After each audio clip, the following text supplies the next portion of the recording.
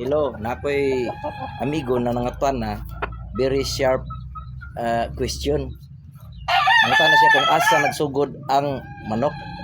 Diri ba sa itlog o sa manok? Kana nga pangutan nato ng tubagon through scientific o biblical. Adi sir ta musugod ato sang ibawon kung ang 7 law of nature. Matupan ni Albert Einstein na ang 7 law of nature is relativity, number 1. Number 2, law of cause and effect. Number 3, law of rhythm. Number 4, law of gender and creation. Number 5 is law of energy. Number 6 is law of polarity. O number 7 is law of attraction. Ang law of attraction man ay mga gipangbuhat sa mga milyonaryo mga ila. Pero naagay nature tanawa kining manok naa ni siya kanang gitawag nga instinct. Kung ang atong brain nakakonekta sa universe matud pa sa mga scientist, ang manok nakakonekta pud ni napo ilang instinct ani tanawa ha. Tanawa kamao ni siya asa ang Manila. Tanawa asa man ang Manila. Asa ang Manila? Oh, ang Manila to dito naapod sila instinct. So ato nang tubagon. Actually ang nagsugod gyud ang kuan ang manok diha gyud sa existent na manok. Kay kung atong basihan sa biblical sa Genesis 1 verse 21 niingon dito na God creates bird on a 5th day sa ikalima ka adlaw. So wala giingon nga God creates egg.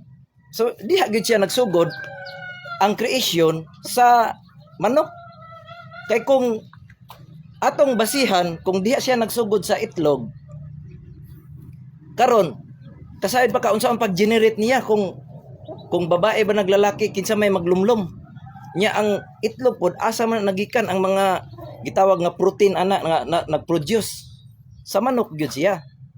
So sakto ang biblical na ang creation gyud gikan gyud sa manok nga babae lalaki gabuhat siya babae lalaki unya nang itlog mao gina siya cycle.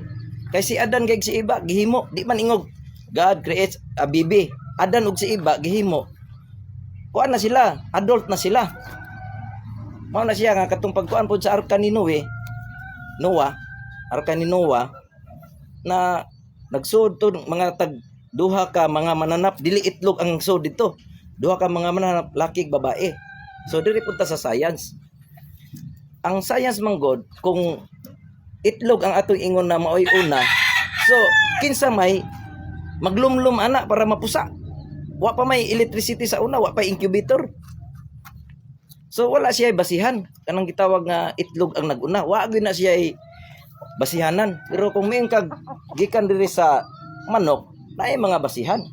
Scientific through biblical. So mugawas gyud ang tinuod. Pero moingon kag biologically asa nagsugod sa itlog gyud na siya sa biology. Sa itlog gyud siya nagsugod. Pero kung moingon kag creation, dili ang itlog mo yung nagi-create. Ang una gi-create kanig yung manok. Lalaki babae. Kay di po siya mapusa kung walay lalaki babae. So mao na ang biblical. Karon kung naamoy mga laing question, ipangutana kay ako ng tubagon. Basta dili lang mo mangayog kwarta, di ko katubag ana, pero bisag unsa mathematics science ako ng tubagon. Di ba, kaibigan? Yeah.